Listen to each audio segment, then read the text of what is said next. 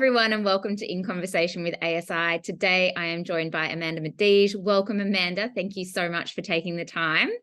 Hi, Claire. How are you going? Yeah, good. Thank you. You're a pro at this because, and I'm sure we'll talk about it, but the podcast life.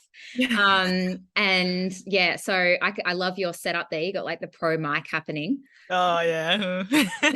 It didn't start like this, so it's okay. Yeah, well, I mean, that's the reality of most things, isn't it? That when we start out, it's always like whatever we can just manage and we get by until things take off. So, Oh, yeah, definitely. absolutely. Yeah. So, there's a Yeah, few I'm so things that, happy to be here. oh, Thank you for good. having me. You're welcome. I think what you do is so amazing. And well, it may not be necessarily like mainstream styling so much because we'll talk about your podcast, but I think what you've taken there, for anyone who doesn't listen to Amanda's podcast as well, it's called It's Layered. And you do that with a friend of yours, don't you? Yes, I do. Yeah, a friend of mine from high school, actually. So been friends for well over 20 years now.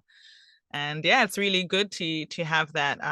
It's been such a ride, and also how to merge that with styling. It's been quite interesting how it's worked out. Yeah. Yeah, I think some of the topics that you cover really relate back to what it means to be a stylist, though, because there's so many nuances in human behavior and why we are the way that we are. And a lot of it's Oh, sort isn't of it? that conditioning, upbringing, archetypes that we've been placed in.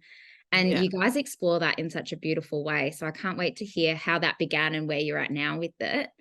But before we take a deep dive into that, share with us a little bit about where you began with ASI and sort of what you've been up to since being in the classroom. Oh, wow. ASI and I, I don't even remember. I used to be in Perth. I came from Zimbabwe, and that's where I met my friend who I have the podcast with. Then I moved to Perth, and then after a while moved to Melbourne. As soon as I got to Melbourne, I was like, I want to, I've been styling, but not officially. Like I'd always just been one of those, you probably could relate, when your friend group, you're the one who styles everyone. When there's a wedding, you're the one who does the finishing touches, and you're the one they call on, but never officially. So I was assisting a lot in Perth, did a lot of photo shoots, but I always did it as a hobby.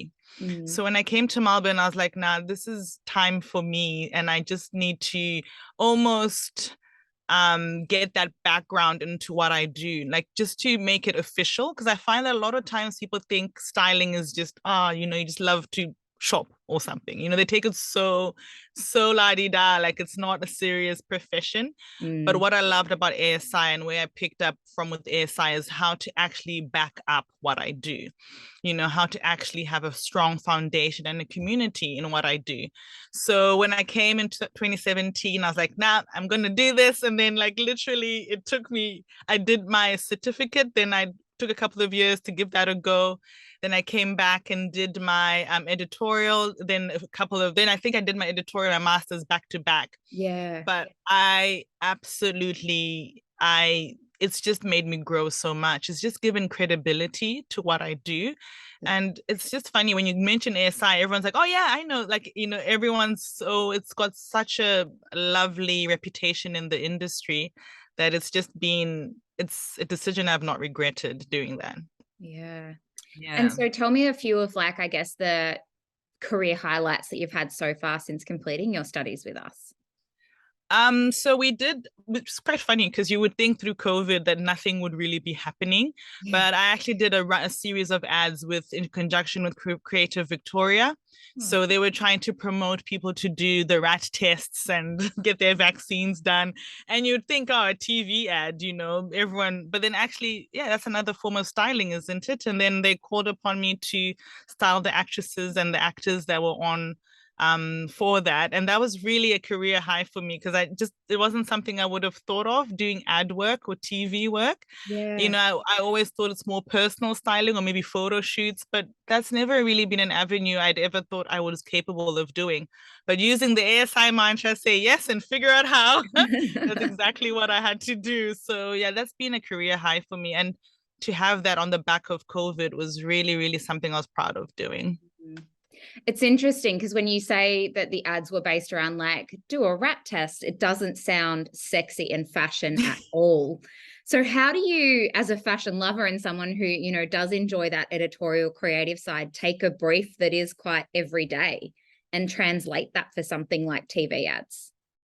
I think a lot of it was made to it's funny. People think that fashion is just like all the big couture, and it is definitely.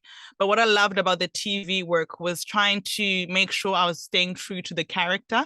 Like it wasn't someone who's stuck in the middle of Milan and getting a rat test done. You know, it was someone who's just an everyday person who needs to go and get a rat test. And how do you make them seem approachable, seem relatable, seem like you, seem like me, someone who's just caught up in this new world that we live in. And I think that was the challenge for me, like still push the fashion. They're not just looking like they just walked off the street, but they are looking like they just walked off the street. So Yeah. it was really exciting and a real good challenge to balance. And I had to have a mentoring session with ASI just to make sure I was ready for this, because sometimes you just think you know it all, and maybe there's some blind spots you could have. So that was really good for me to have in my back pocket. Yeah. That's Yeah. awesome. And I think what you've just said there with the blind spots are so true. And, one of the things that makes that mantra that we have of say yes and figure out how is the fact that there is that opportunity that we offer to ask those questions. I guess when we think about sort of how the podcast fits into your styling, remind me, I'm pretty sure I've heard this story before, but your friend isn't based in Australia currently, is she? No, she's in Czech Republic. Wow. Yeah. It Yeah. got born out of lockdown because you just got to the point where we were like, we're having these long, deep conversations, which I'm sure a lot of people, COVID kind of made people get introspective. Like it kind of made you stop and pause. And I think whilst we were in the midst of whatever lockdown number we were in, I was like, we should do a podcast because surely we're not the only ones that feel this way or question these things. And her and I have always had these long conversations because it's been a long distance relationship. So of course you do long phone calls and FaceTimes and then we just ended up recording those. It's almost like the way I speak to her normally, but now we're doing it for everyone else to listen in.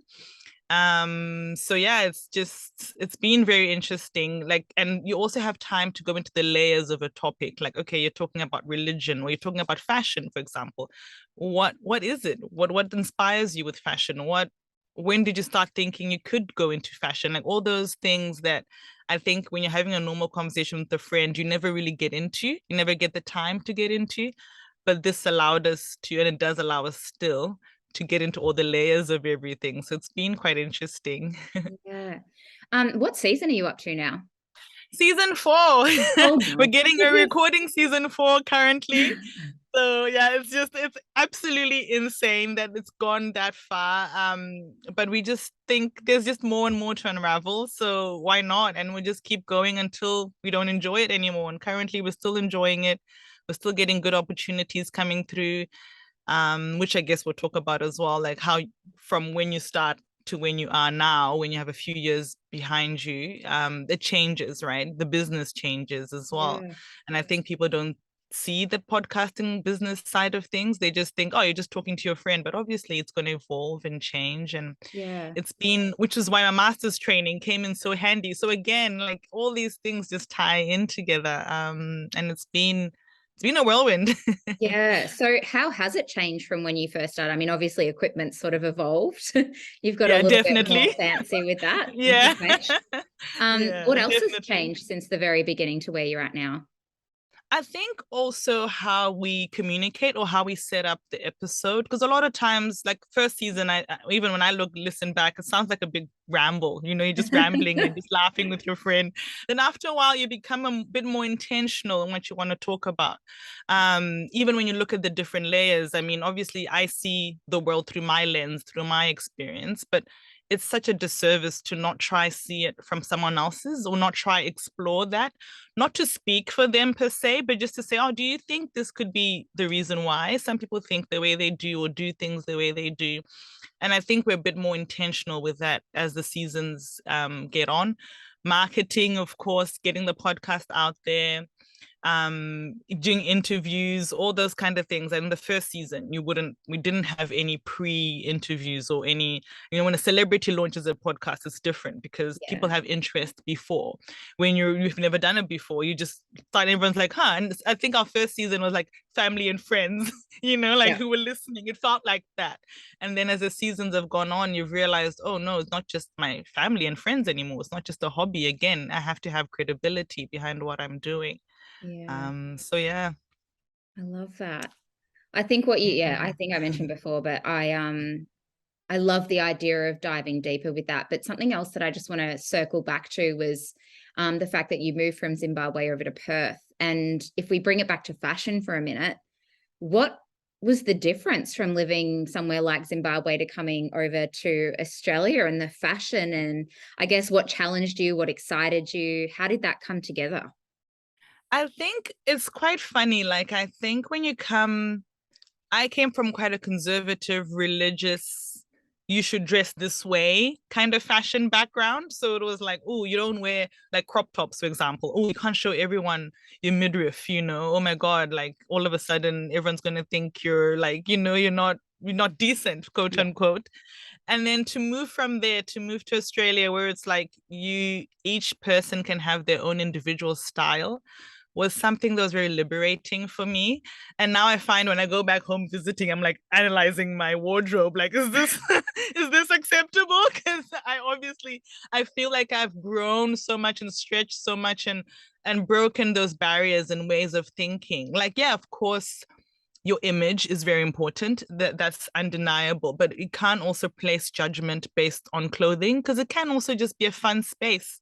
Like a crop top doesn't have to mean anything, and seeing that growth in me and even in my styling, I feel I've approached it that way as well. And some of the clients I have as well have hang-ups about what things mean and Mm, what this type of dress is like and what type of and it's quite interesting breaking those barriers, those subconscious barriers we have, and even in our styling and how we present ourselves to the world. And for me, that's been my greatest growth, realizing that fashion is, it's very important, of course, but it's not so tied in a little neat box all the yeah. time. Yeah. What Yeah. is your, I guess, earliest fashion memory? What made you sort of fall in love with fashion? There used to be a program on TV. We used to have like cable, they call it DSTV back in Zimbabwe, and it's like it's almost like Foxtel. And there used to be a one channel that used to have fashion TV, and they'll show you the runways. So like a time like this, when this all these fashion weeks happening, they'd have so many shows on. And I remember just having it in the background all the time at the house and just looking. It just looked so amazing to me. Like, what are they doing? Like, why are they? I don't know. I just felt like, what is this? And I think that was my introduction into fashion and also magazines back when I grew up in the 90s. Yeah. Magazines were like, oh my God. And as soon as it came, you'd flip through the pages and see what celebrities are wearing. And you'd have to wait till the next issue to see what the latest next thing is, and copying looks and Spice Girls. And that was my era. Which Spice Girl were you? So like, I think it was just, I, it was kind of funny. My background didn't match what I thought fashion was. So I'd see all these magazines and I'd see all these things, but then my actual reality wasn't that. So I think when I moved to Australia, it was like, right, now I'm here. Now I can access all these things and I can actually try put on all these looks and see where my actual style is as well. Whereas before it was you wear this because that's what's expected of you. Yeah. Sounds Yeah. like you said a bit like liberating. And I can imagine maybe a little bit confronting when you're breaking down those conditional barriers that this is what you've known for for your life up until this point, and then Exactly. suddenly it Yeah, changes. yeah, yeah. And I mean, obviously, having an African background was like, oh, you can't, you got a big butt. So you're thinking, oh my gosh, everything I wear, I've got to. So you have these hang-ups that, do you actually have a big butt? You probably don't, or maybe it's not as big as you think in your mind, or maybe you can dress it better, or whatever it was. So I think it was a learning curve for me, like Mm. to also not be ashamed of my body and not see it as just a sexual thing. And if you show bits and pieces of your body or highlight those parts of your body, you're not being quote unquote decent. Yeah. I think that was the biggest thing I had to overcome. Yeah. And how has that played a role in the way that you support your clients as they explore style? I think a lot of times it gives me compassion, a level of compassion, like where it's not taken for granted. Mm. Like, sometimes I notice when I put a client in a certain piece of clothing, they look absolutely amazing, but I realize I can see it in their eyes that they're like having so many stories in their mind about what they're wearing. And I think a lot of times it's having that patience to realize you can't change someone's thinking overnight. So Mm. even when you are styling them, yes, you can push them. And that's definitely, something you can do in a gentle, compassionate way. But at the same time, you want them to be confident in what they're wearing. So it's like, how do you compromise them still, obviously still answering the brief, still doing what they expect of you, but also pushing them just a little bit, just to Yeah. explore, just, what about this bright pink shirt? Have you tried it on? Like, someone will say to you, they walk in, I never wear brights. I never wear pastels. I never wear, and you're like, why? Why is that? And then you Yeah. find out there's a story behind that. Or my mom once said this, or I look horrible in that color. Yeah. And you're like, do you really? And it's like exploring that. And I think it's allowed me to be like, I was there. I used to be there. And now I'm here. Let's just try it on. And if you don't like it, just we just won't wear it. Yeah. It's as easy as that. And I think people don't think it's as easy as that. So it's there's some stores people will completely avoid because they're like, oh, one time I went in there and I'm like, that one time was 5 years ago. Let's give it a go now. Yeah. It's probably changed. Yeah. So it's been good. It sounds like the podcast has supported your curiosity as well. Like when you're starting to think of things from such different perspectives and trying to understand how that's come about for someone. And when you're a Yeah. stylist, that's so important. We often say at ASI, you've got to get really curious. Yeah. And something you said before reminds me of another saying that we have here, which is nothing has meaning except the meaning that we give it. And Exactly. yeah, it's just people are so fascinating in the way that they, comprehend or are reminded of all those stories. And I see it in my clients too. When you say that you can see that sort of buzzing in the back of their mind through their eyes, it's so true. It happens all the time. Yeah, it's crazy. And it's crazy how we think we're so open and then you realize that we're not. And I think that's always the switch where it's like, oh, maybe I'm not as open as I thought I was. And some people have a uniform, I look great in this, and they'll always wear. You see it with celebrities, even like celebrity styling. I mean, I think of Sofia Vergara. She wears the mermaid dress to the death, like always has that silhouette. And I've never really actually seen another silhouette. So I'm like, I wonder what she would look like.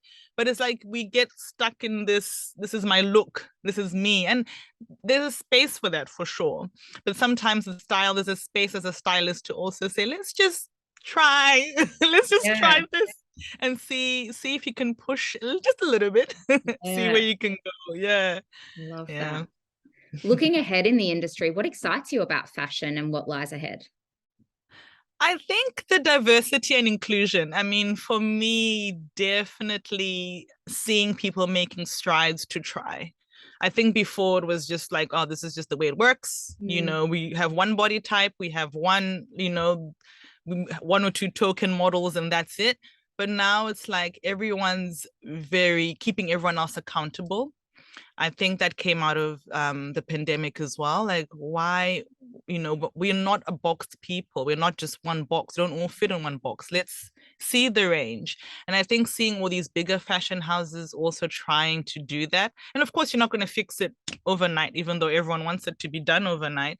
I think for me, it's such an exciting space. Like if I think 10 years ago, some ads I see and I'm like, that would have happened 10 years ago. And now it's just the norm. And to see that growth, that people are being included and diversity is definitely being pushed, it's quite exciting to see. Because yeah, we're not just one type, even body types. We're not, plus size models didn't exist, years ago. Those Yeah. magazines I was telling you about, they all had the same body shape.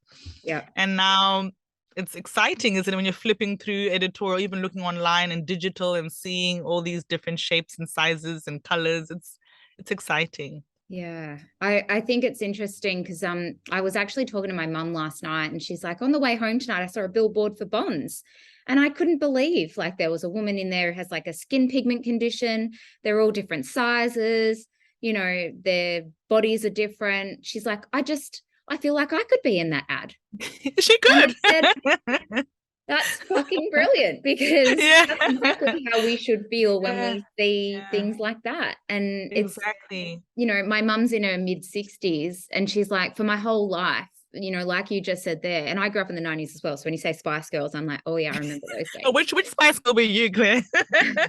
Because of the blonde hair, I was always pigeonholed as baby every time. But yeah, it's interesting to even think about, because sometimes we get so pigeonholed in our own minds about what it meant for us that we forget that it means something to other people as well. And so growing up, I didn't think, my mum's not someone who really cares a lot about fashion. She cares about being well presented. But when it comes to, like, when I told them I wanted to be a stylist, this is my mum and dad, they were like, oh, that's a bit weird. Like, what do you mean? Yeah. But Well, like now my dad says, what's that? exactly, exactly. What do you mean? But it was so nice to hear her recognize that actually what we do and the voices that we have an impact, because I think stylists as well play a huge role in pushing that. I know Amelia Morris, one of ours, she is known for emailing brands or calling them out on social media, being like, can you please make bigger sizes or things like that. And we've got to do that because our clients are so varied and different, and I'm sure you experience this yourself. Yeah. No, definitely. I mean, I assisted Lisa Stockman, another ASI stylist, a few years ago on one of her workshops. And I remember as soon as we were done, more than half, I think 3/4 of the ladies, I was returning all the clothes back. We're back in the stores going to buy exactly what we'd shown them. So it's like, people don't know what they don't know, and it's like people think, oh, doesn't matter. We don't have to have, we can have one model type and one, doesn't matter. Everyone else would just, but no, when you represent people, they actually feel seen and feel heard and feel loved. And they will support you. They'll put the money behind, the brand. So the brands that are putting that at the forefront are only doing themselves a favor. It's not ever going to be a bad thing to represent an array of people. Because again, an array of people who you expect to come into the stores to buy your clothes. So, I mean, I remember Lisa and I were just like so shocked. We're like, my gosh, it's just like we showed them like jeans and a t-shirt, but showing jeans and a t-shirt can look so different and feel so different on different clients. Someone else will be like, oh yeah, that's just my normal. And someone, I never wear jeans. I never find my size. And then that's a different conversation again. So it's as you say, it's even those people who don't care about fashion, they actually realize how tied they are to it, with whether or not they want to acknowledge it. So yeah. I'm curious because I know that you're a new mum, and what you do, and not only the podcast but the styling aspect. If I had someone like that growing up as a role model to teach me and embrace that style, can evolve, it can be playful. How are you managing, balancing work, podcast, mum life, probably a social life, romantic life with your partner? Like, how does all that come into play? And I ask because so many of our stylists are like, I have so many commitments, I don't know how to follow my dream as well. So I guess that's really where I'm going. It's not, I mean, everyone juggles many different things, whether you're a mum, a dad, or whatever. Yeah, but life is life. Yeah. What does that look like for you? I think for me, it's definitely scheduling. I'm not gonna lie. You have to be organized. But I think also not thinking in big chunks. Like, I think people think, oh, I have to do a photo shoot. I have to do, if I'm not doing that, then I'm not. Style and what we do, you can still build your brand, still build your clientele bit by bit, like even if it's right now, I've been revisiting a lot of clients that I had in the past and checking up on them, because maybe some of them the last few years have become mums or have had life changes or have gone through whatever they've gone through. And it's like, oh, okay, that's something I could just be doing in the background. That's just sending out emails to my email list, right? Which is a simple job you can do pretty quickly, but then it's still plodding along. So I feel like a lot of times when you're stuck or in a standstill, we think we need to then do big, but it's like, no, even the little baby steps are good. So even whilst I've been going through motherhood, which is completely new, in the quiet moments or moments when I have some time, I've just been going, okay, let me check up on that. What do I need to do there? And having a list of things that I can still stay involved, but not be doing these massive commitments. Like, right now I haven't really styled in terms of photo shoots, because I know that takes a lot, of my time. At this moment, I can't do that, but maybe I can check up on old clients. Maybe I can do a quick Zoom checkup. Like, one client wanted to, she's going back to work because everyone's now back at work in the Yep. office. So I realize all the things I have don't fit me anymore. So she obviously needed to do a quick shop. And it's like, oh, what's trending at the moment? What capsule wardrobe can I do for my work? So it's things like that, where you don't have to feel like it's huge commitments, but it's still commitment in itself, where it's small baby steps. You're keeping yourself accountable. I think every 2 weeks or so, I'm like, okay, what have I actually done in terms of motherhood, or in terms of styling, or in terms of the podcast? And that's probably the only way to keep it going. Otherwise, yeah, you look back and you're like, oh, I haven't updated my anything in a year, and it goes by so quickly, especially when you have a new role like motherhood. Yeah. Time is Flies. precious. Yeah. Yeah. My nephew Yeah. just turned 1. I'm like, where did that year go? That's just madness. Right. It's crazy. Even Yeah. I think of COVID, I don't think of it in terms of 2 years. I always think, oh yeah, the year 2020. I'm like, no, that was 2 years ago, almost three now. Yeah. It's not so just last year. A lot of time has passed. So I think accountability and scheduling, those are the two Yeah. things. Yeah. Yeah. I know for me, support from people that I love plays a big role in me wanting to like push forward. Yeah. And so I'm curious to know who in your life is your biggest supporter. I saw this question. I thought, who can I have one person?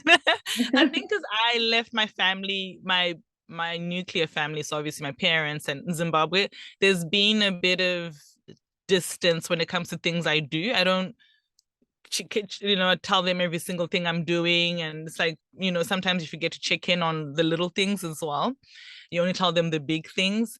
So I think for me personally, my biggest supporter is myself, which sounds really, but I think I draw upon different people. ASI has definitely filled that void for me when it comes to styling. Keeps me accountable. It's just nice to see what other people are up to. When people want to get assistance, they put up an ad like, can you come and assist me? And again, that's a little job you can do when you're a new mom as well. Just go and assist someone else on their photo shoot. It Yeah. shouldn't take too much of your time, but it still keeps your feet wet. Yeah. So I think for me, when it comes to styling, it has actually been ASI, as corny as I could sound, because yeah, it's just such a good community. It's such a varied group of people as well, which keeps things interesting. Yeah. I don't think it's like a negative thing to say that you're your own support either. I mean, at the end of the day, if you don't back yourself and believe in what you do, no one else will. And I always Yeah, come that's back so to that as true. well. Yeah. Yeah, so true. So to wrap us up, one question that I always ask is, what does success look like for you? And that can be styling related or whatever success is. And I'm curious to know how you measure success for yourself. That's such a layered question, pun intended. Success for myself, especially with my clients, is seeing their growth. I mean, we started this conversation talking about being in a box, me myself being in a box when it comes to how I dress or how I present myself. And I think seeing them try, seeing them give it a go, I think that's the best. That's when you're like, okay, yeah, now you've let go of that thinking that you were doing in the change room before. So I have a few clients that I'm like, I even joke with them now, like, oh, look at you in bright pink, they're always an all black person. And, it's such a funny moment, but it's such a poignant moment as well, where they take a step and go, oh yeah, look at me in all pink, like it's, so I think for me, when it comes to being a personal stylist, that's definitely my biggest thing, seeing my clients grow. When it comes to podcasting or my business as well, I think it's just seeing that we evolve. And I think success also evolves. The things that used to matter to me 5 years ago don't matter as much. Not to say that they didn't matter at all, but just that success can't be measured in one way. It's just so many different things, and success is different for different people. And I think that's been my biggest thing. Like, are you happy individually? And then I think when you are, it shows in your work, it shows in how you present yourself. And yeah, I'm so excited for the future, actually. I've got quite a few little things coming up and I'm like, oh yeah, getting back into styling. So it's quite fun to see, taking a little bit of a break, but not being totally disconnected thanks to ASI has definitely helped me. That's awesome. I'm excited for the future for you too, and excited to watch little Bub grow behind the scenes of Oh no. Circle and how that will Yeah, come. maybe I Maybe should we've got look another into. stylist in the midst. Yes, exactly. I've been thinking about that. I'm like, maybe I should look into kids styling. And I know there's a few stylists I've seen who've done photo shoots for kids. So that's also another thing. So yeah, it's quite exciting. Yeah, I love that. Well, thank you so much for taking the time. I've really enjoyed chatting and yeah, can't wait for season 5 of It's Layered. Oh, thanks, Claire. Thank you for having me. You're very welcome. We'll chat soon.